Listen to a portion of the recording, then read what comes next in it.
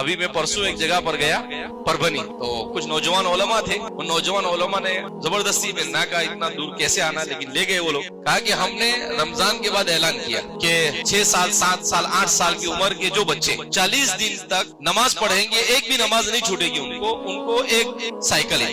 بڑا شہر ہے مسلمانوں کا. تو کہا کہ ہم نے 10 سائیکل رکھے اور وہ ہم نے ڈائری تقسیم کیا کہ بھئی نماز پڑھنے کی، تاریخ لکھنے کی اور امام صاحب کی صحیح لینے کہ بھئی ہاں جماعت کے ساتھ نماز پڑھی. تو ماشاءاللہ اس شہر میں کتنے بچوں نے نماز پڑھی معلوم؟ 260 سے زیادہ بچوں نے 40 دن میں ایک بھی نماز نہیں چھوڑی. تو وہ کہتے ہیں کہ ان بچوں، چھوٹے چھوٹے بچوں کو جو مسجد میں آتے ہوئے دیکھا تو نوجوانوں نے کہا کہ اللہ اتنے بچے، چھوٹے چھوٹے بچے نماز پڑھے، اپن کیوں نہیں پڑھے؟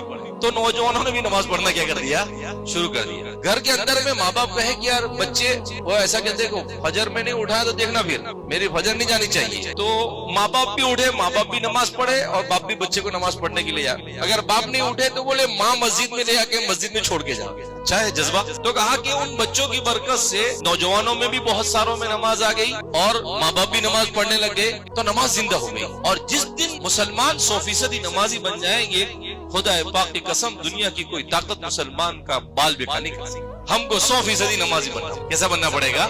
100%. تو انہوں نے پروگرام رکھا، 25 سائیکل تھی.